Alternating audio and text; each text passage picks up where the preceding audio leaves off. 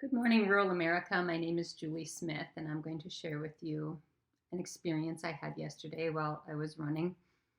I watched the video of George Floyd as the police officer was kneeling on his neck. And as I was running, something like happened through my body, and I stopped and I just started crying. And I was like super emotional. And I saw there's a protest, and someone was wearing a hat, and it said "fuck cops." And on my run, I got mad, and I was like, "Fuck cops! This isn't all about cops. This is bigger than cops." Do you think that cop woke up that morning and was like, "My goal is to kill a black man today"? I think about that cop's life and how our society has programmed him to believe that he can kneel on somebody's neck until they die.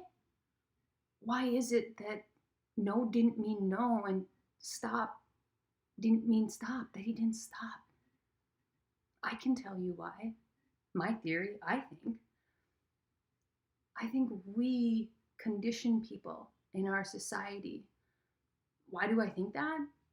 Because I've seen it and I lived it in my small town.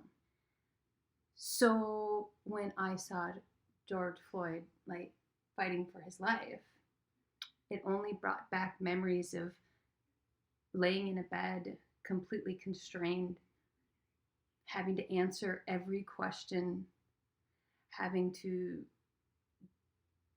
say the exact words that needed to be heard, not being able to leave until things were figured out. Fear, power, control, not having your voice is a scary thing. So maybe you're a tire store owner. Maybe you have an oil change store. Maybe you own a furniture store in a small town and you're like, that stuff happens in the cities. Black Lives Matter, what is that? We don't worry about that stuff here. I'm begging you, please wake up and see what we are creating. When you have rules and policies, and yet somebody can walk into your store and they don't matter. I recall several times in our small town that I saw how somebody could lay on me. And when I said get off or no, that didn't mean no. It's because I can call the battery store place and be like, I have a dead battery. When can I get a new one? Oh, we can fit you in 3 days. Make sure your vehicle's here at 8. You can pick it up at 4. Make a call to the boyfriend. Yeah, they can get my vehicle in 3 days. Ah, that's bullshit. And within 10 minutes, guess what? I have a call. They're coming to get my vehicle. Within an hour, I had a new battery. Sitting at the oil change place. They don't offer rides. Someone walks through the door and says, Julie? Yeah? Okay, I'm ready. Where are we going?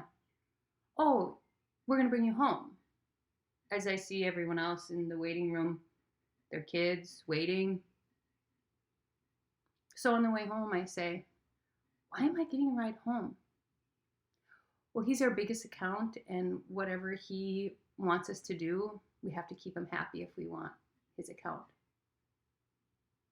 Okay? Furniture store. Hey, I'm thinking about getting some bunk beds. When do you think they can be delivered? Oh, we can probably get you in next Tuesday on our delivery day or whatever it was. Hey, we can get bunk beds next week. Ah, that's bullshit. Oh, guess we can get bunk beds the next day. No doesn't mean no. No means try harder. So when you have somebody laying on top of you saying, I've gotten everything that I've ever wanted, I just have to be creative and try harder. And if you ever call the cops on me again, there'll be hell to pay. That's fear. So when you guys ask, why do these women stay? Why do they stay? It's fear. Why do these Black men experience what they experience? Because it's fear. Because these men, these people in our society, we're creating this, you guys. We need to stop collectively. And anytime I point my fingers out there, I point them right back at myself. So I think, what have I done? What have I used my privilege for that hasn't felt good and that I don't want to continue to do anymore? I think of an example of my son missed baseball tryouts years ago for travel team. Oh, I know, coach.